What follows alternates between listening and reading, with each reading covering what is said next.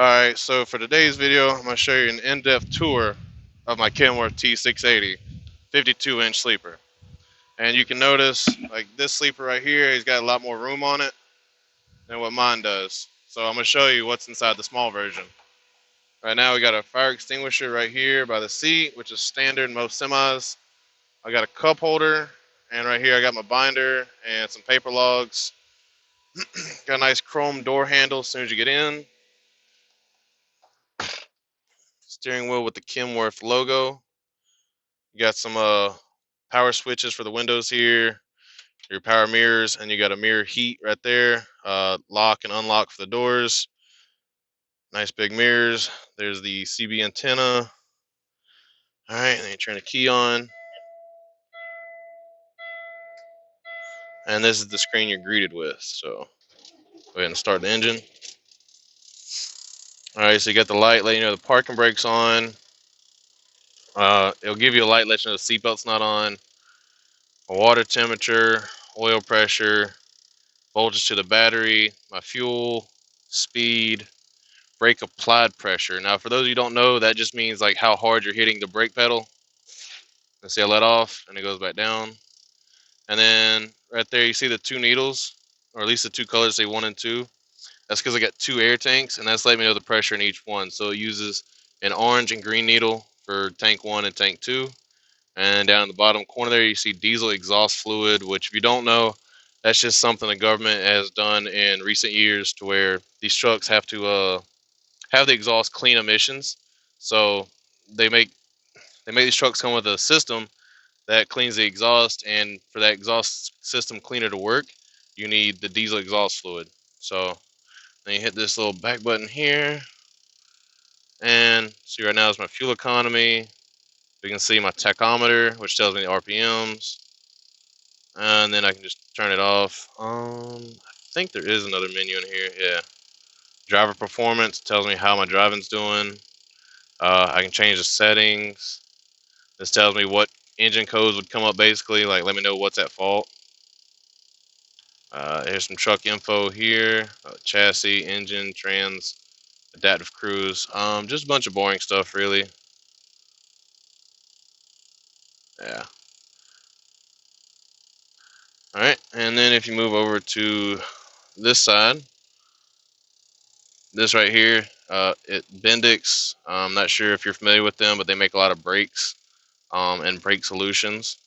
So this right here actually works with my camera, and it is a collision mitigation, and it pretty much lets me know if I'm going over the speed limit. It lets me know how close I am to hitting another car, and it has a laser to tell you all kinds of info while you're running down the road. You come over here to these gauges.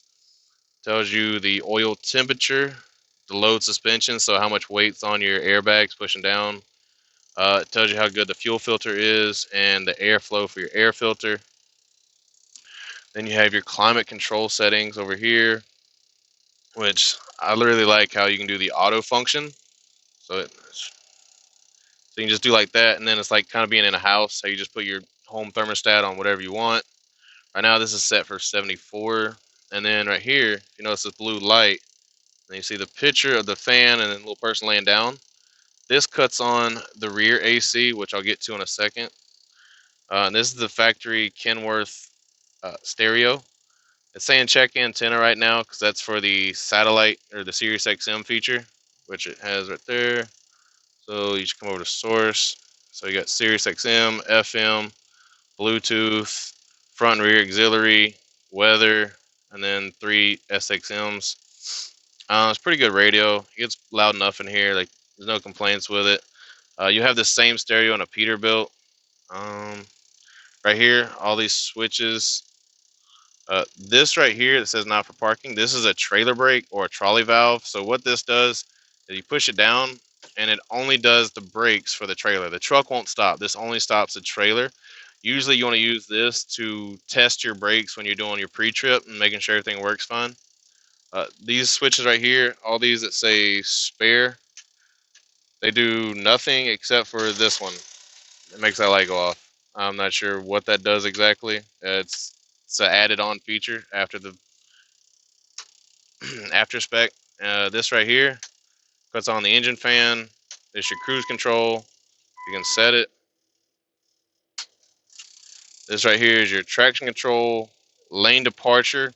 So what this does, if the truck's going in and out of the lanes and it's making the noise to let you know, hey, you're swerving out of line, you can actually flip this switch and it'll turn it off, so you're not going to hear the little da-da noise it makes when you leave the lane. This right here is for your forced regeneration, which, like I was talking about earlier with the clean exhaust. This this burns off a lot of the soot and dirt that gets in your muffler filter, which it's a whole complicated system. But basically, this right here makes it where you can disable the manual feature of doing an auto regeneration and cleaning all that going down the road. So you see, yeah, these are all spares. This right here was how you dump the suspension, so I can like lower the rear end, kind of like an air ride feature. You use that usually to get out of uneven surfaces. Sometimes you need to use it to just lower the rear end, put weight down on it, and then you can lock the rear differentials inside the drive axles. So then you have positive traction. You're not spinning tires much for loose surfaces, rock, mud, whatever you get into. Then we got down here, your standard truck and trailer brakes. Down here is a little cubby. Keep some chapsticks, nasal spray, Motrin, just because I do flatbed, you're going to need that. The morning go-go juice, you're going to need that to wake up in the morning. Nice cup holders. I like right here because you have all this room. Unless you have a manual, then you'd have a stick right here. So this is an automatic, which is right here. So this is how you select your gears. And this right here is how you set your engine brakes on and off. And you come to the other side, you have your windshield wipers, you got your turn signals, and then right here on the tip is a marker interrupter, which is how you flash different types of lights going down the road, usually just like your amber switches and your tail lights. You flash those to let other truckers know when you're passing or when it's okay for them to pass. You have a power outlet right here in front of the cup holders. Move around to the side. You got another power outlet right here. Come over here, standard glove box. It's got a top tray, and it's got some stuff in there. Not much going on with that. And this little tablet here is my ELD, so it tells me, my driving hours and such. Then you have your four-way switches on here on top row. These are your what do you call it? Your park lights and your headlights. So that goes all the way to headlights, and then that right there is just your ambers outside. These lights are just for the top, like my clearance lights. And then this right here is a bunk light switch. So you hit this, and it just cuts on the lights back here. And then you got over here, this is your curtain. It's a blackout curtain. So what you do, you undo this, slide it all the way around to about here. And you take the other one, slide it around, and you have a blacked out room. And then these gadgets up here, I have a camera to record me and the outside traffic in the event there's an accident. This right here pays for all my toll roads that I have to cross, and this right here allows me to go through scale houses without having to stop. So this has a little light marker right here, and it'll flash green or red. If it goes green, I can pass the scale house, and if it goes red, I have to pull in. So it saves a lot of time. Standard visors, nothing really special. Just how to drive, traction control, stickers like that, regen on the back of them. And then the favorite thing about this truck is the storage, because it is a lot. I got cubby here above the driver's seat. And I got a whole bunch of room up here, which just keeps some mouthwash, cotton swabs, mask, because everywhere you need a mask nowadays, and a little beanie and some phone charging equipment, stuff like that. You got another hole right here for storage. Then you have these little cubbies over the top. So you got two of these, and they are great because they just hold so much. You got these little hooks on both sides of the bunk. I really like these because you can hang your hat or a jacket or anything. Just makes it more convenient. And then you have these cubbies right here. There's one there and one there, and then in the back you have these little drop downs, which these are great because you can just throw stuff there, not going nowhere. And then if you want, you can use this little net, this little cargo net, and you tie it up to these right there. What is that going to hold back? I have no idea, but if you want it, you got it. So there you go. So in here, I just use it kind of like a little dresser, shelf, whatever. And I keep my dustpan and brush so I can sweep up. Some video recording equipment here, latex gloves, safety glasses. In here, not much else going on either. Souvenirs in a blue bag, some sanitizing wipes, a notebook, some jackets for colder weather climates. And then when you come to sleeper berth, you have these switches here. This switch just does the lights for the panel. That's all it does. This right here is nice because if you've ever been in a truck and you go to lay down at night and you're wondering, did I lock the truck? I don't know.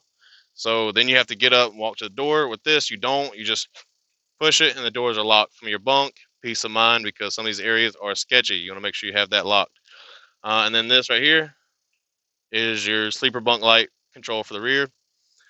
And if you notice this number right here, that's for the inverter. Oop, that's a remote switch for the inverter. So I can charge my phone or whatever off of this. And also, what the inverter works is this little house plug right here. So whatever you have that doesn't take a USB or car plug, you can just charge right there off your house. And then this truck has an anti-idle. So what that means is it will not idle all night. So this right here, you'll use your bunk heater, which it won't turn on right now because the truck's idling. So when the truck does idle, like if it gets too hot, the truck will stay running. And then you just flip these switches here, and you can have your AC on while you sleep in the bunk. So say you're in the desert, like here in Phoenix, Arizona, where it's really hot, your truck will idle, and you can have AC while you sleep. Then you have these vents here, which this will go that way, and it goes that way. And you've got one here, there, there, and there. Now, some T680 models will not have these vents right here. They will actually have like a window, and you can just roll up the little window flap and then open the window, and you can have a nice breeze roll through that way. You got this cubby here. I haven't really found anything I want to put in there, but if you're creative and you haven't, an idea for what to put in there, uh, you can go ahead and do that. And then you have these speakers right here in the bunk, which when you're laying down right here in these bunks, those speakers that close to your ear are plenty. Like I've never had a problem with the sound system, like I was saying earlier. Then you have a little light right here that you can do manual in case you're trying to read a book or whatever. And this little ball will actually make it spin so you can point it whichever direction you need it. You have your AC vent there. And if you're wondering about this seatbelt and that right there, there's actually a cargo net that goes over the bed. For those of you who don't know, so you can actually, if you had somebody else driving and you're trying to sleep, you will actually take this cargo net and then put it over you while you sleep. So if they slam on brakes, you don't go rolling over. All right, and then you come down here and you look at the bed, little switch right there, and use that. And you can open the bed like a trunk. So you have in here cabin in air filter right there, blower motor for that, and this little section right here cut out is just it keeps away from all of this over here. So this is like my toolbox outside. If you see this door right there, and you can see there's a door like over there.